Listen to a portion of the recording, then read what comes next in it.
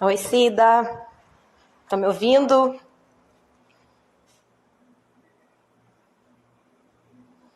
Espera aí, já vou te chamar, Cida. Esperar entrar mais alguém. Passando um café aqui, ó.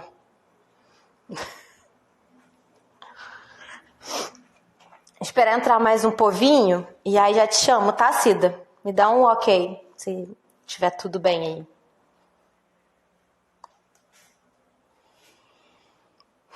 Ai, eu não posso ficar andando com o celular. Mania. Tá bom, então daqui a pouco eu te chamo. Vamos. A Karina entrou também. Tá, deixa eu só fazer um café aqui. Rapidinho. Estamos entrando aí um povo. Bem, Ai, gente, passei um batom, que vergonha. Ai. Que eu ia falar? Bem, a gente está começando, então, a segunda live do canal Filósofas na Rede, né? Hoje nós somos mais ou menos umas 16 filósofas, né? A gente se reúne virtualmente, né, no WhatsApp e estamos tentando produzir conteúdo para alimentar o canal, etc. E hoje a gente então tem a live sobre maternagem, né? Um termo aí que a gente está utilizando, né? Um sinônimo de maternidade, mas nesse sentido esse agem, né? Como uma ação, né? Espero que a Cida fale um pouquinho. Meu café tá pronto. Vou botar um café aqui. E a outra, enfim, a outra pessoa da live seria a Karina Blacucci. E só que a Karina tá agora nesse momento em casa, em reclusão, né, em isolamento total, porque tem indícios de que ela possa estar com o Covid-19. E aí eu vou começar essa live lendo um texto que ela escreveu. Eu ainda não li o texto, então me perdoe se eu me equivocar em algum momento e, enfim. Então eu vou começar. Boa tarde para todos os que estão assistindo. Peraí que apagou. Tá. Boa tarde para todos que estão assistindo. É uma grande tristeza não conseguir participar dessa live de hoje. Há dias tenho alternadamente febre, dores no corpo, dor de garganta e essa manhã acordei com uma grande dificuldade respiratória. Eu tenho bronquite desde pequena e por isso me mantive afastada socialmente desde que a quarentena foi decretada pelos órgãos de saúde, já que sou do grupo de risco. Fui para o posto médico hoje, fui medicada, mas meus exames não foram muito positivos. Por isso, fui colocada em isolamento completo na minha casa. Os sintomas que tive são muito parecidos com o Covid, mas a realidade da saúde do interior do estado do Rio é uma questão que não pode ser ignorada. E eu sou da direção da Associação de Moradores do meu bairro e, através dela, entramos em contato com o secretário municipal de saúde, lá de Saquarema, para perguntar se havia exame do Covid no município. Obtivemos uma resposta vaga e uma promessa de retorno do nosso contato. Porém, até agora, essa resposta não veio. Faltam exames, e isso é noticiado todos os dias. Se assim está nas grandes capitais, o interior tende a ser pior. Me preocupo muito com a ausência de consciência da população com relação a essa quarentena. Li hoje pela manhã uma reportagem sobre pessoas que estão fugindo da quarentena do Rio de Janeiro e vindo para o interior. Não há estrutura hospitalar para atender pessoas com sintomas de Covid. Não há como colocar em isolamento as pessoas dos bairros mais carentes. Um surto do vírus no interior tende necessariamente a uma mortandade. A conclusão da minha situação é um isolamento completo dos meus filhos. E eu gostaria de ter fôlego para conversar sobre isso nessa live. Como deve ser desesperador para uma mãe ficar afastada de seus filhos. Eu estou devastada. E escrevo esse texto porque esse momento de filósofas que tem esse movimento de filósofas que tem me feito manter a sanidade. O tamanho de suporte de mulheres dispostas a dialogar é inspirador e traz esperança. Ser mulher no ambiente da filosofia é difícil. Ser mulher e mãe, mais ainda. Me lembro de uma vez, quando entrei na graduação em filosofia, logo após ter a primeira filha dos 4 que tenho. Ouvi de um professor que não era possível ser mãe e ser filósofa.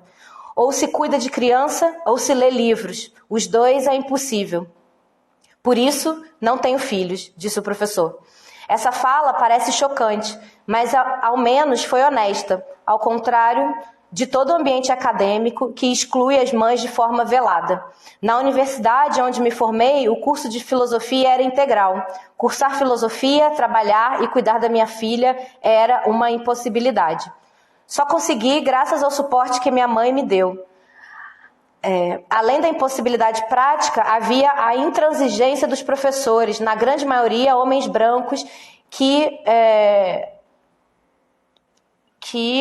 na visão geral numa visão geral foi bem exposta pela fala desse professor. Ainda paira no inconsciente coletivo esse princípio machista de que a mulher nasceu para ser mãe e que, se ela deseja ser filósofa, deve abdicar desse seu lado natural, entre aspas. Esse peso da maternidade como naturalmente a realização, esse peso da maternidade como naturalmente a realização da mulher é insuportável. Gera profundas marcas psicológicas nas mulheres que têm filhos e nas que não têm. Toda uma herança cultural de mulheres em casa com as crianças e homens como provedor, que nem os homens mais críticos e desconstruídos conseguem se livrar. E esse pensamento é explícito nas normas sociais, como a licença maternidade.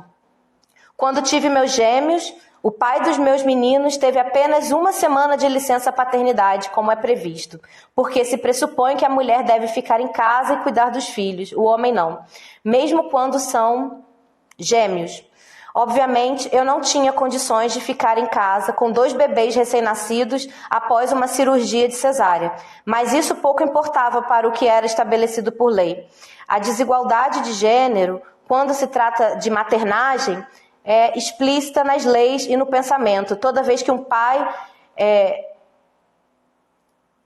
diz que ajuda com as crianças, como se a mãe tivesse toda a responsabilidade sozinha e o bom pai auxilia um pouquinho. Não é muito diferente quando se trata das tarefas de casa. Gostaria de comentar mais vivências, mas como o tempo é curto, a live já está para começar, encerro com um pedido. Fiquem em casa, respeitem as principais recomendações dos órgãos de saúde. Ser uma mãe isolada dos seus filhos é dilacerante e a possibilidade deles também ficarem doentes é devastadora. Fiquem em casa, se cuidem, bebam água e mantenham o equilíbrio psicológico. Não estamos sozinhas, juntas somos mais fortes.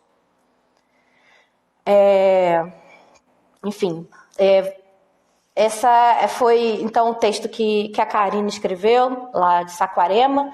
A gente está nesse grupo de mulheres e a gente está se apoiando também para esses casos. E aí agora eu vou chamar a Cida e a gente vai fazer tipo um talk show, né? Porque eu sou filósofa, mas eu não tenho filhos, né? Estou nesse grupo de mulheres que decidiram não ter filhos e também, enfim, sofrem a pressão social por conta disso. Mas aí eu vou chamar a Cida, que deve estar aí, espero que ela esteja aí. Vamos ver se ela entra. A Cida também está com a Savana, que é a filha dela. Oi, Marcela. Oi, Cida, tudo bem? Boa tarde, tudo bem? Tudo. Boa tarde a todos. Em primeiro lugar, gostaria de falar que eu estou aqui lamentando demais a ausência da Karina. Infelizmente, ela teve esse contratempo, né, que nos deixou a todas preocupadas, mas tenho certeza que vai dar tudo certo e o importante é que ela fique bem nesse momento, tenha bastante repouso e se cuide bastante, porque a gente precisa dela para aumentar esse círculo de forças. Uhum. Então, eu li agora a carta da Karina e aí queria jogar a bola para você. Fala um pouco sobre você, sobre a sua formação, um pouco sobre você e a Savana. Tá ótimo. Eu estava aqui ouvindo também atentamente a carta da Karina e ela tocou nos pontos que são até fundamentais, né, para a abordagem. Eu gostaria de falar um pouquinho também sobre alguns deles. Bom, para quem não me conhece, eu sou a Cida, eu sou professora de filosofia, né? Conheci a Karina, inclusive na época da graduação na UFRJ, e atualmente estou cursando um doutorado na UERJ, na área de filosofia e estética. E a minha pesquisa é sobre a relação entre erotismo, mística e hermenêutica. Gostaria de começar aqui essa live fazendo um esclarecimento que a gente tinha combinado, né, de não fazer uma discussão com embasamentos, com grandes embasamentos teóricos, enfim, que seria mais uma coisa prática da vida mesmo das mães, né, nessa realidade de uma mãe que, além do papel de reprodutora, ela tem o papel também de produtora, né, produtora de pensamentos, produtora de conhecimentos, e de uma certa forma como isso é visto, né, pela sociedade e como a gente consegue, ao mesmo tempo, administrar isso na prática cotidiana da vida. Então, como o título da live é Maternagem e Filosofia, eu queria fazer primeiro aqui uma distinção, não sei se todo mundo aqui é da filosofia, talvez algumas pessoas não saibam, a diferença entre maternagem e a maternidade, né? A maternidade, então, ela estaria mais ligada a uma condição biológica, né? A maternidade é o ato de você se tornar mãe através de um processo biológico do corpo que se dá por um parto. E você cria automaticamente com essa criança laços, então, que são laços sanguíneos. A maternagem, ela já não é da ordem da condição biológica, mas ela seria mais uma condição psicológica. Então, ela aborda aí a questão da escolha de ser mãe, né? Através do cuidado com aquela criança, através do amor que vai ser destinado àquela criança, através das preocupações com a educação daquele filho. E os laços, então, aqui no caso da maternagem, não seriam os laços necessariamente sanguíneos, mas seriam os laços afetivos, né? Isso é o que está realmente em jogo. E uma coisa também que é importante da gente colocar é que para uma mãe ser mãe, ela não precisa necessariamente passar pela maternidade. Né? Temos os casos de mães que são mães adotivas ou que optaram por algumas outras formas de serem mães, que não através de um parto, né? de uma condição biológica. Mas toda mãe, para ser considerada mãe, ela seria necessariamente, ela teria que passar pela maternagem, ela teria que abraçar a questão da maternagem, senão não pode ser considerada mãe. E aí, quando a gente fala, então, da questão da mãe, né, aquela que abraça a maternagem, é o que, na verdade, vai estar distinguindo também um pouco aí o conceito de mãe para a noção de genitora. Então, a pessoa pode ser uma genitora, a mulher pode ser uma genitora e pode não ser uma mãe. E aí, quando a gente fala também da questão da maternagem, é importantíssimo a gente falar sobre isso, que é muito comum acontecer na prática, né, da maternagem, a maternagem compulsória. Então, a maternagem compulsória, ela vira, eu acho que um problema assim grande entre a maioria das pessoas que se tornam mães que eu conheço. E aí essa maternagem compulsória, ela pode ser um problema que ele pode ser imposto, né, para você por você mesma, o que é muito comum, e ele pode ser imposto também pelos outros. E quando eu falo os outros, eu estou falando da sociedade de uma forma geral. Exatamente por essa questão que a Karina tocou muito bem na carta, da construção social, né, em torno da figura da mulher como sendo uma figura que é criada para ser a reprodutora. Então, a construção social da mulher é uma construção social baseada num modelo que seria o modelo biológico da maternidade. E além da maternidade, da maternagem. E aí a gente vê também como é falho, né? Como é falha essa construção social que é feita do ponto de vista de um arcabouço mesmo de conhecimentos ali que embasariam isso. Então, se a mulher é colocada como reprodutora, e aí se justifica alguns problemas, como alguns preconceitos que a gente tem na nossa sociedade atual, se a mulher é vista como reprodutora, né, porque o seu corpo é visto como uma espécie de domínio público que está ali para servir a perpetuação da espécie, então a gente cai também na questão de vários outros problemas, como, por exemplo, e aí a mulher trans, né? Por quê? Porque a mulher trans, ela não seria considerada uma mulher, então a gente percebe que, por causa dessas construções sociais que são muito de senso comum, né?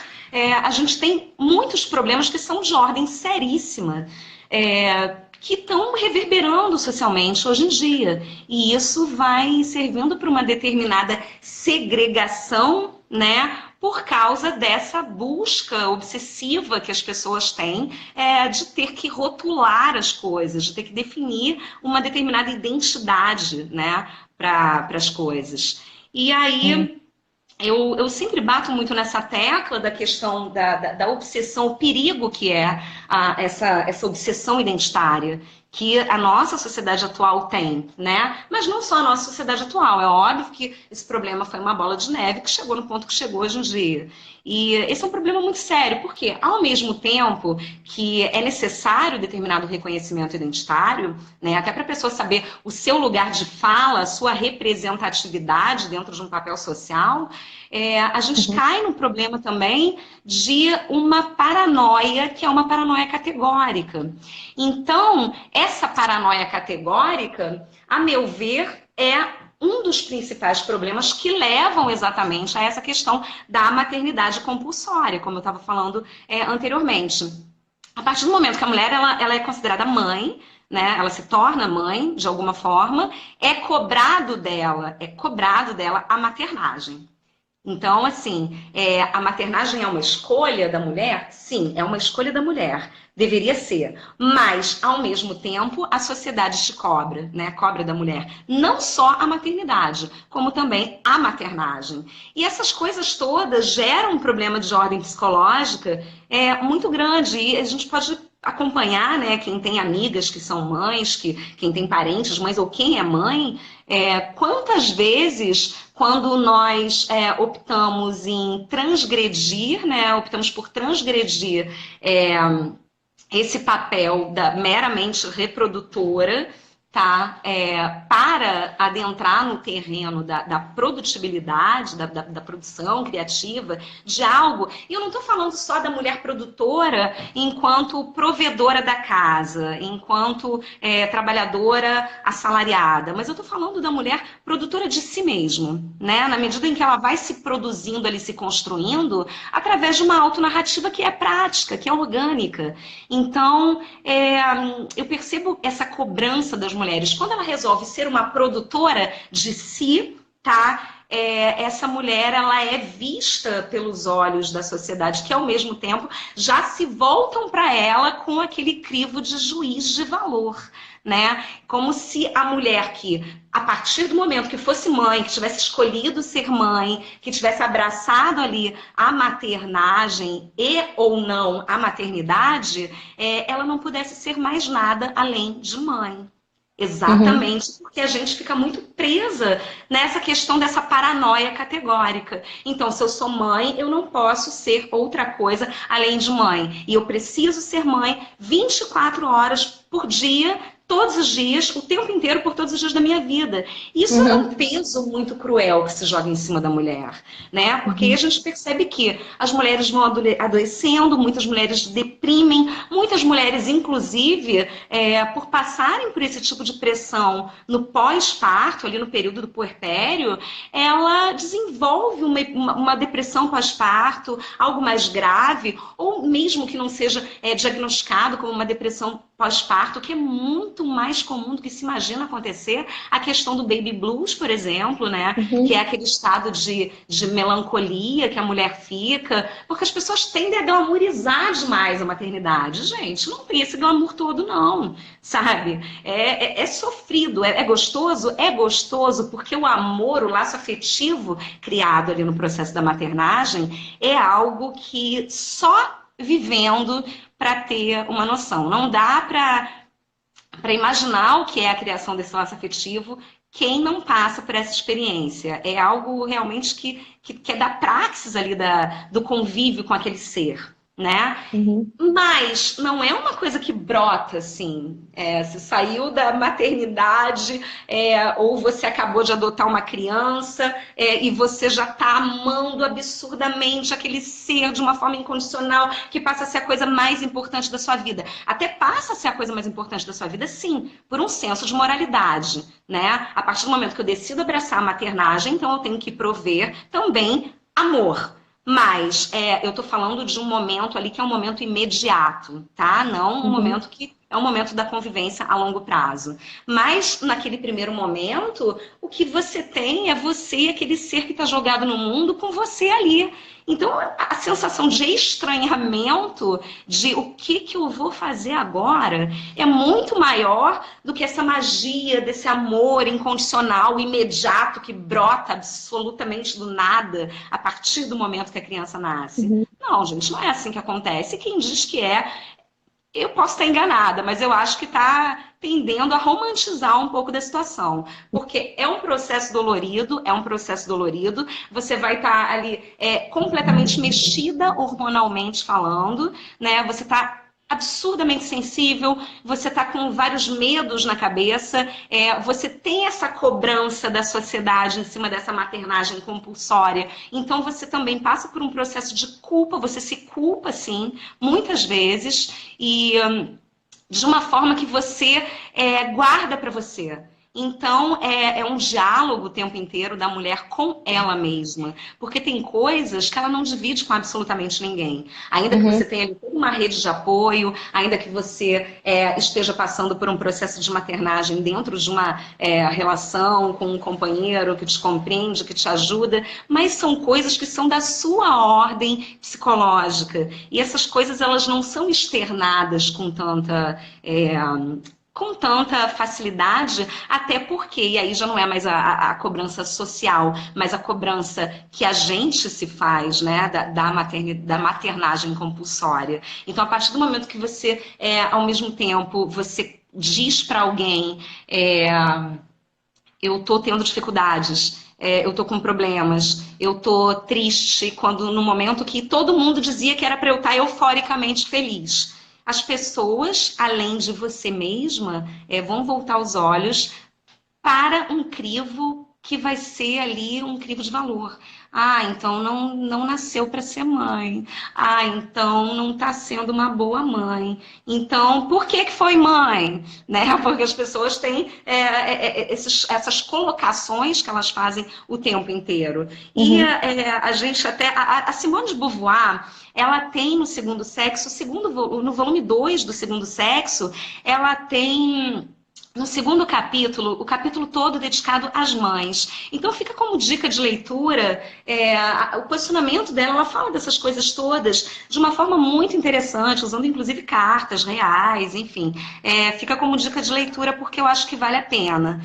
E aproveitando a Simone também, né, fazendo uma livre adaptação aqui da fala, até que está também no início desse volume 2 do livro do Segundo Sexo, que é não se nasce mulher, torna-se mulher. Então, vou dizer que não se nasce mãe, torna-se mãe. Não existe essa natureza biológica que as pessoas colocam, não, toda mulher nasceu para ser mãe, o grande objetivo da vida de toda mulher, como a Karina colocou, deve ser a maternidade e a maternagem. Não, gente, não é assim que as coisas funcionam. Porque antes de se tornar mãe, e você vai se tornar mãe exatamente quando você abraça a maternagem, você é uma mulher, você já era essa mulher.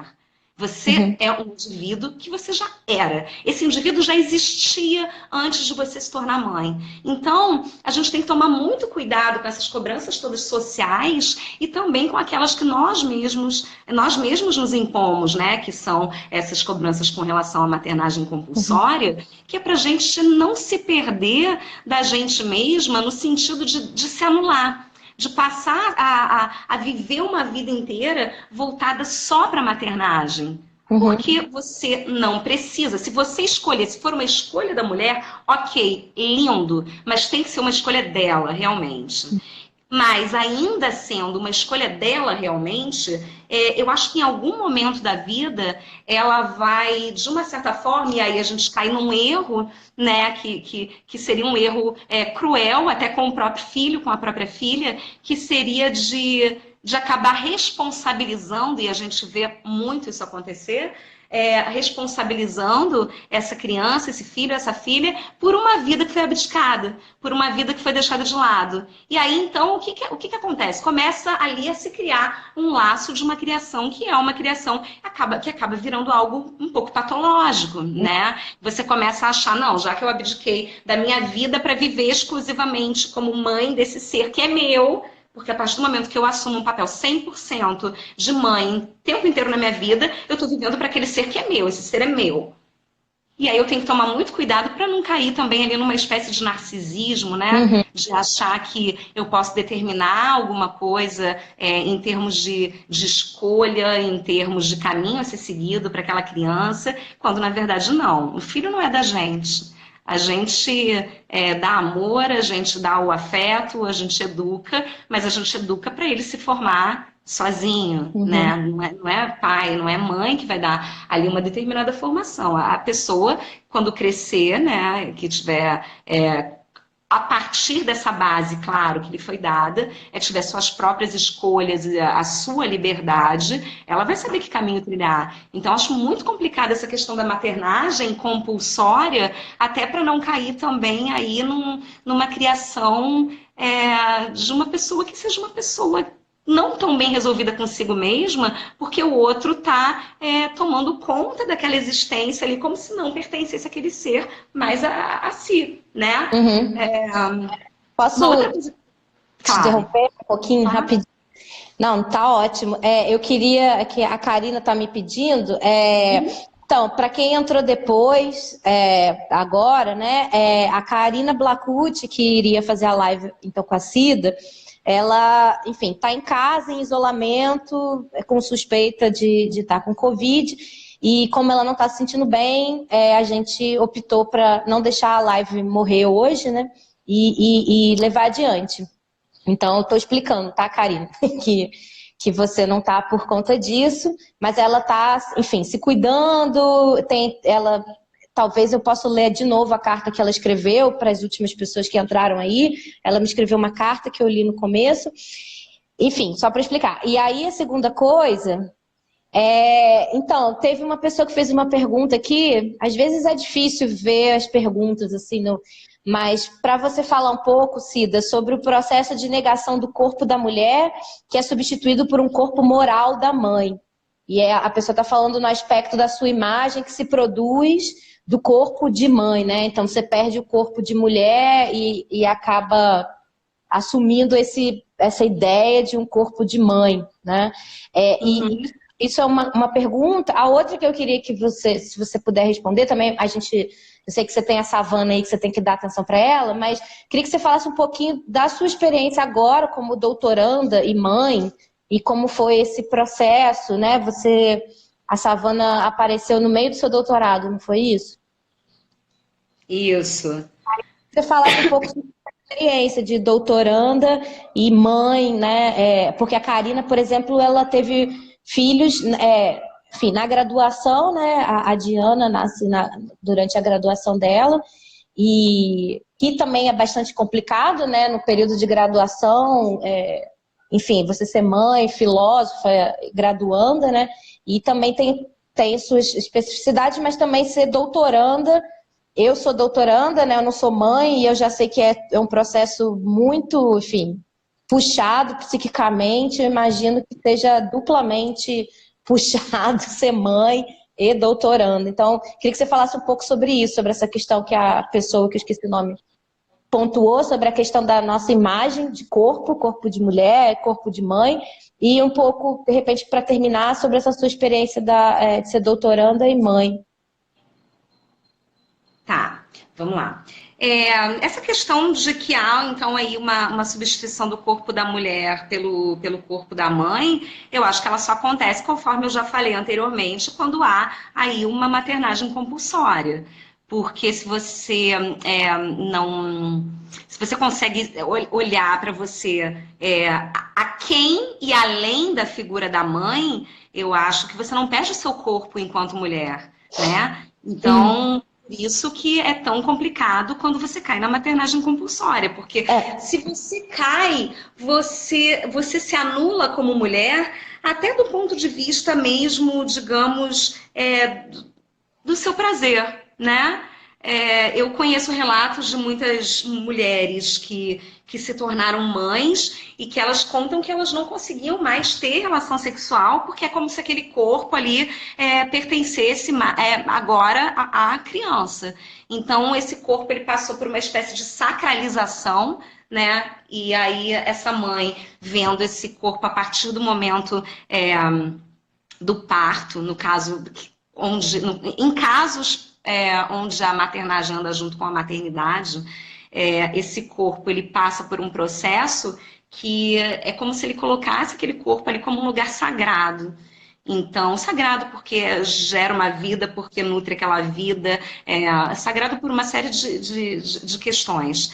E aí ela nega, ao mesmo tempo, a si continuar tendo prazer sexual, por exemplo, porque ela vai se sentir extremamente culpada de deixar de ser mãe naquele momento para reassumir ali a figura da mulher. É por isso que a gente tem que tomar muito cuidado também, porque eu acho que ter uma vida sexual, não que seja uma imposição, é uma questão de cada um, mas eu acho que se você tem vontade, né, e você não faz por uma espécie de censura que você mesmo se autocoloca, aí vira um problema sério, porque aí você gera frustração, você gera uma série de problemas que você vai estar internalizando para você. Mas então, eu não sei se a pessoa perguntou isso, mas eu entendi um pouco. Mas você acha que assim, socialmente, a sociedade, outras pessoas, não, assim, quando a mulher, enfim, passa por esse processo biológico da maternidade, etc, etc. Você acha que a sociedade também não tende a ver esse corpo como um outro corpo, entendeu? Não apenas, Sim. você falou, nesse lugar do indivíduo, né? Da mulher em si se sentir diferente, sacralizar seu próprio corpo. Mas você não vê que socialmente há essa mudança, assim, pelo menos no senso comum, né? Vamos dizer, por exemplo, eu vou dar uns exemplos simples, né, bobos. Marcela. Mas, por exemplo, em aplicativos de relacionamentos, Tinder, essas coisas assim, tem um monte de cara, enfim, babaca e tal, mas que fala que não quer mulher com filho e tal, né? Também tem a questão, por exemplo, de certos comportamentos, né, que a sociedade, fulana não pode agir assim porque ela é mãe, do tipo, sei lá, ficar bêbada numa balada, ou usar uma roupa decotada, essas coisas, entendeu? Assim, eu acho que talvez tenha esse outro lugar também. Às vezes não é nem a própria mulher que se sente diferente, mas é a sociedade que vai encarar o corpo dela e ela, e seus comportamentos, e sua moral de uma maneira diferente. Sim. Dentro de um imenso e comum delírio coletivo, o corpo da mulher, quando se torna mãe, vira um corpo de mãe, que ao mesmo tempo se torna público, né? E a gente pode ver isso, todo mundo se acha no direito de opinar sobre aquele corpo, porque agora ele deixou de ser um corpo de uma mulher individual para ser um corpo materno. Então, se é materno, então ele é público, a gente tem direito de chegar, tocar, né? Isso é muito comum.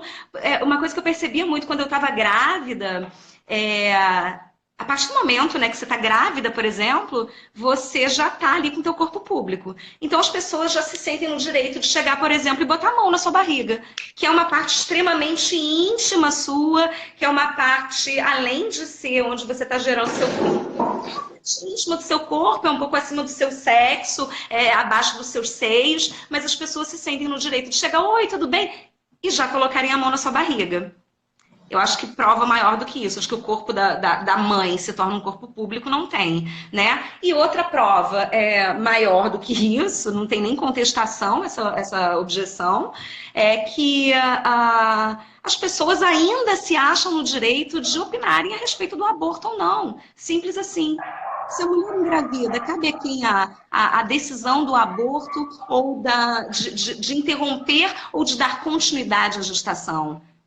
Deve caber à mulher, que é dona do seu corpo, né? No seu corpo que está sendo gerado. Mas ainda, para você ver como as pessoas acham que é uma questão pública, ainda se tem discussões a respeito do aborto. E isso é absolutamente retrógrado. Uhum. Em pleno 2020, a gente ainda está nessa discussão da legalização do aborto. Gente, isso é uma questão de saúde pública. É uma questão de saúde pública, além de qualquer coisa, e além disso, é uma questão de decisão de cada mulher. Não é da competência de ninguém opinar a respeito ou julgar uma mulher que resolve fazer um aborto ou se ela deve resolver. As pessoas vão estar sempre te julgando. A verdade é essa. A partir do momento que você é mãe, as pessoas estarão sempre te julgando. Julgando o seu corpo com o olhar voltado para o seu corpo e o seu corpo, que eu digo, enquanto corpo social coletivo de domínio público. Uhum. Bem, e aí sobre a segunda questão que eu te coloquei, se você quiser falar um pouquinho sobre como é ser doutoranda de filosofia e mãe ao mesmo tempo. Tá. É complicado. Eu não vou dizer que é uma coisa fácil, porque não é, não. Como mesmo você disse, você está tendo a experiência de fazer um doutoramento aí sem estar com uma criança, né, em casa, sem estar passando por esse processo de maternagem, quando você está passando é ainda mais complicado. Mas é possível. É possível. A Karina escreveu até um desabafo, né, de uma certa forma, de uma situação pessoal pela qual ela passou, e muitas mulheres passam por isso, né? Então, as pessoas dentro da própria academia, elas, de uma certa, ao mesmo tempo, e aí é uma crítica que eu quero deixar aqui para o meio acadêmico, ao mesmo tempo que a academia se orgulha hoje em dia de ser uma instituição inclusiva, e fala isso até para afirmar um discurso político, ela é inclusiva para os discentes, ela quer ser inclusiva para os discentes, mas para o corpo acadêmico, incluindo ali os estudantes de pós-graduação, os pesquisadores que se tornarão docentes, ela não é. Então é como se eu falasse, não, para ser meu aluno, para estar aqui numa posição hierárquica abaixo de mim serve, tá ok, tá de boa. A gente aceita, a gente é super democrático. Mas para fazer parte aqui desse pedestal onde eu me encontro, aí o caminho é outro, né? Na prática é de uma forma diferente. E eu acho, gente, que a gente deve, enquanto mulheres acadêmicas, se colocar de uma forma muito concisa, sem altas teorias, para desenvolver de uma forma concisa, objetiva, clara e prática mesmo com relação a essas coisas. Porque isso é da ordem prática da vida, né? Então, uma academia que, por exemplo, e aí quando se trata de uma academia filosófica, fica muito mais grave, porque o espaço na filosofia deveria ser para amplitude, para produção, né? E não para mera reprodução do mesmo, deveria ser para produção do novo. E a gente percebe que a gente o tempo inteiro passa por essas tentativas de engessamento. Mulheres que são mães, elas são limadas do meio acadêmico, sim, e dentro da filosofia isso também acontece. No entanto, acima, eu acho, não acima, mas tanto quanto algumas outras áreas, né, deveria se posicionar de uma forma muito firme com relação a isso, para que isso não mais acontecesse. E aí eu vou dar um exemplo bem básico. Por exemplo, a Anpof, que é o maior evento de filosofia que tem no Brasil, né, o Encontro Nacional de Filosofia. A Anpof apresentou até agora, vai ter uma Anpof agora em outubro, e aí fica uma sugestão, se tiver alguém que conheça alguém da Anpof aqui nos assistindo, ou alguém ligado à Anpof, eu sei que tem GT de gênero na Anpof, já é uma coisa para se batalhar, né, a respeito. Eu quero levantar essa bandeira, sim, e vou fazer isso, e quero deixar essa sugestão, esse pedido, que também é uma cobrança. A Anpof se posicionou já até hoje com relação a essa inclusão das mães, porque a gente vê um evento que tem hotéis parceiros, mas que até agora eu nunca vi hotéis com berços nos quartos, por exemplo. Né? Mulheres que são mães solo, mulheres que não têm ali uma rede de apoio, de repente, para estarem contando, e elas precisam se locomover de casa para ir num evento desse, com criança, com mala, com carrinho, com bebê conforto. Fica inviável, gente, não tem como. Aí é humanamente impossível, não tem como.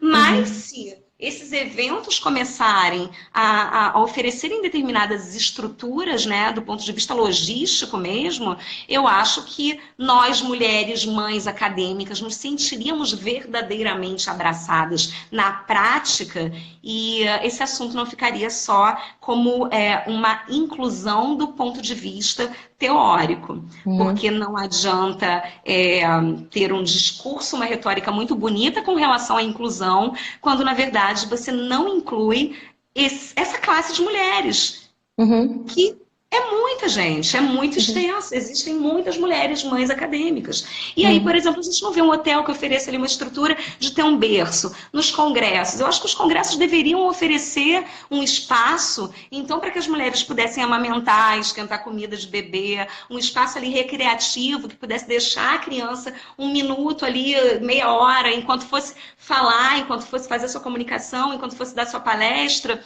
né? Porque se a gente tem esse discurso da universidade inclusiva, então ela deve ser inclusiva a todos, e principalmente, né, para o seu corpo formador ali da pesquisa, para o seu corpo docente.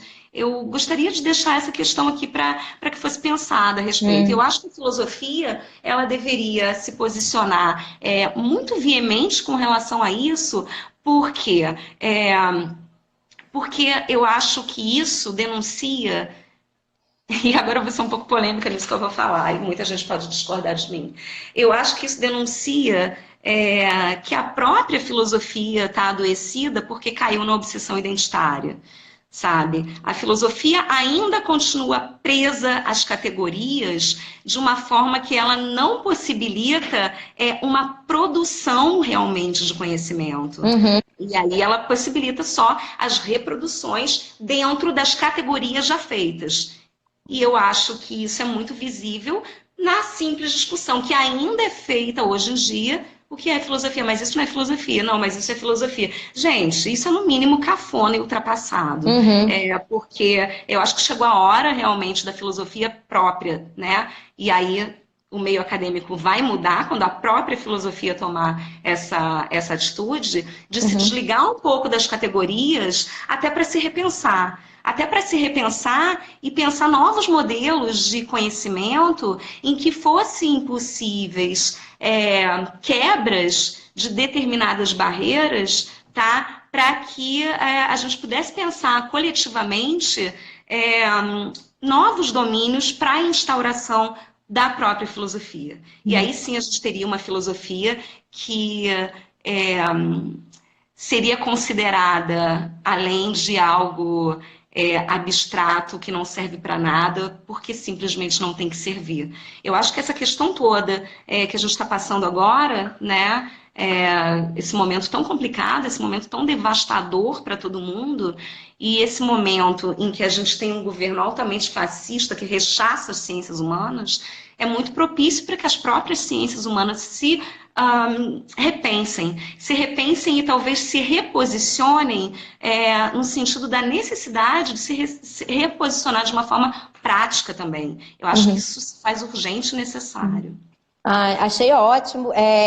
Eu fui lendo aqui algumas coisas que o pessoal foi escrevendo, né? A Karina fez alguns comentários, né? Ela deu mais aqui alguns depoimentos sobre, enfim, tanto sobre a questão que a gente estava falando antes, né, sobre esse corpo de mulher que vira um corpo público, né? Na minha opinião, o corpo da mulher sempre teve esse meio âmbito público, né? Nosso corpo é muito Sim. objetificado, etc, etc. Se você engorda, vem alguém se sente no direito de falar assim, nossa, tá mais gorda, né? Engordou, sei lá o quê. E a Karina falou aqui, né, que ela perdeu as contas de quantas vezes as pessoas ficaram questionando ela, porque a Karina ela teve o quarto filho dela, né? Por que ela não tinha operado ou ligado as trompas, né? Enfim, imagina, super invasivo você fazer um tipo de pergunta como essa, né? Enfim, e também, ao mesmo tempo, ninguém nunca pergunta aos homens por que vocês não fizeram vasectomia, né? Tipo assim, não é uma pergunta que se faz, assim, né? Depois também ela falou sobre a questão sexual, né? Que, né, pelo menos na primeira, depois que ela teve a primeira filha, que ela sentiu, né? Deixou de sentir o sexo como algo prazeroso, porque associava à maternidade, né?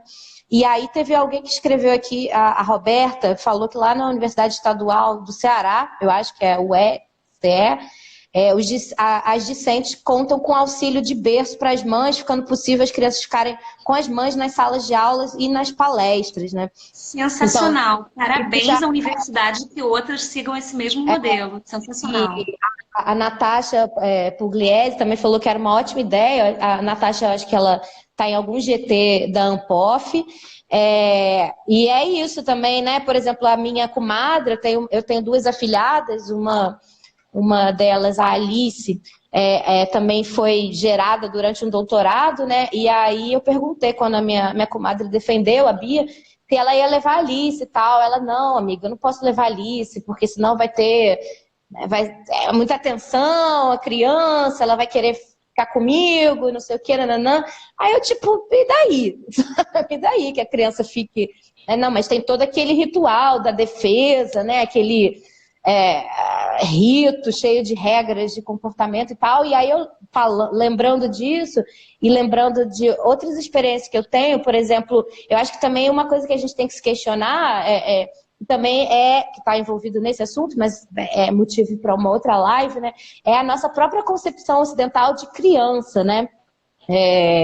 Porque, por exemplo, entre muitas comunidades indígenas, eu já vi palestra de mulheres indígenas que os filhos estavam na plateia.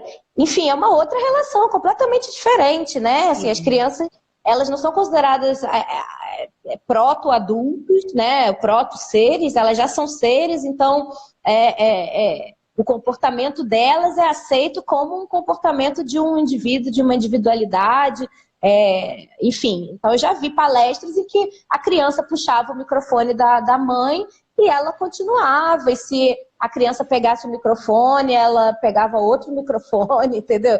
Deixa o microfone dela, sabe? Tipo, e a criança subindo e descendo, pulando, e ela só olhando, assim, né? Tipo, mas em nenhum momento eu vi, por exemplo, essa mãe indígena que estava dando uma palestra dizendo não, fica quieto, para com isso, né? Senta aí, ou fazendo qualquer movimento de rechaço ao comportamento dessa criança. Mas assim, é só uma outra questão que eu acho que a gente... Excelente questão, Marcela. Também deveria pensar também sobre a nossa concepção ocidental colonizada, né? Do que é ser criança.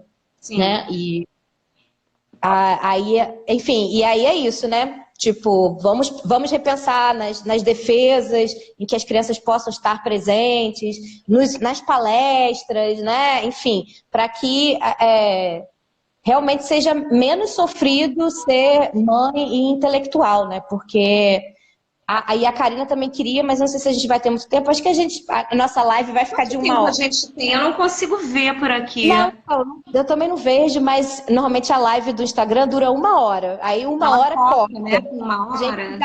pelo menos faltam uns 10 minutos, assim, a Karina falou para você, tem por aí ainda. para você falar, Uns se você 5 quiser, minutos, talvez. se você quiser falar um pouco sobre esse conceito de mãe solteira, né? Porque você, por exemplo, falou mãe solo, né? A Karina falou, enfim, se você quiser falar um pouco sobre essa questão dessa ideia de mãe solteira, né? Porque eu acho que mistura um pouco aí algumas categorias, né? Que são diferentes. Não sei, você quer falar sobre isso? Então, mas eu tenho uma visão muito particular com relação a essa diferença, né, de mãe solo para mãe solteira. Eu não estou embasada em nenhuma teoria, não. Isso é uma diferença que eu percebo, né? A mãe solteira, ela é. Eu, por exemplo, sou mãe solteira e mãe solo. Mas eu acredito que tem muita mãe que é casada, que não é solteira, mas também é mãe solo, porque ela tem ali um pedaço de pau do lado que não vai mover uma palha para ajudar em absolutamente nada, né? E só vai fazer mais peso psicológico com cobranças absurdas. E aí a gente engloba as mais absurdas possíveis mesmo, como por exemplo estética, né? Como eu já ouvi de vários homens, eu acho que se hoje em dia eu escuto um homem falando sobre isso ou falando isso em qualquer lugar onde eu esteja, eu vou ter que me levantar e ir lá falar, querido, olha só, vem cá, deixa eu te explicar uma coisa. Porque as cobranças são muito absurdas, né? Então, a meu ver, a mãe solteira, ela pode ser uma mãe solteira, mas ela pode ter ali também toda uma rede de apoio de um relacionamento, de um homem que esteja com ela, da família, de amigos. A mãe solo é aquela que está sozinha, né? Que abraça a maternagem de uma forma solitária. Eu tenho uma rede de apoio muito pequena, na verdade. A minha rede de apoio é a minha mãe. Né? Então, nós somos aqui 3 mulheres encarando o dia a dia da maternagem e minha mãe se repensando como mãe, inclusive, a partir da posição de avó, né? Mas, a meu ver, eu acho que tem muita mulher que é casada, muita mãe que não é mãe solteira, mas é mãe solo. Acho que foi precisa a sua diferenciação aí desses dois conceitos. E uma coisa que eu queria deixar claro, só uma sugestão, Marcela, rapidinho, não, tudo bem. Terminar. É o seguinte, que ficou faltando, tanta coisa para a gente falar, né? E eu acho que seria fundamental que fosse proposta uma outra live, com outras participantes, enfim, que falassem também da questão das mulheres, né, que são mães e que são pretas. Porque aí a mulher, mãe preta, além de todo o machismo estrutural da nossa sociedade, que é altamente patriarcal, ela tem que se deparar também com a questão do racismo. E aí a coisa fica, eu acho que potencializada, assim, com certeza. mil vezes. E eu acho que isso seria muito, muito digno, né? E muito urgente, muito necessário de um debate também por aqui. De repente, essas questões que fossem abordadas pelas noções de consubstancialidade, de interseccionalidade, que a Angela Davis fala muito bem sobre isso, e de repente até uma pesquisadora de gênero, né? Que tivesse uma competência embasada teoricamente maior do que a minha, porque eu não sou pesquisadora de gênero. Então, eu prefiro ter a honestidade intelectual de não falar sobre, deixar para uma pessoa que tenha essa competência mais direcionada. Tá perfeito, Cida. Então, aí, assim, só para terminar a nossa live, não sei quem é que está vendo aí, enfim, tem um monte de coraçãozinho subindo, palminha, fico completamente perdida. Mas é só para dizer, então, que, enfim, primeiro agradecer, Cida, foi maravilhoso, assim, eu podia ficar escutando você falar ad eternum. Eu que agradeço. E que nós somos, então, esse grupo novo que surgiu aí no meio desse pandemônio, né, dessa pandemia. Nós somos um grupo de filósofas, assim, a gente já tem algumas filósofas fora do Rio, né, que estão participando. Tem até uma que eu acho que está morando em Berlim, está fazendo doutorado, está lá no nosso grupo do WhatsApp.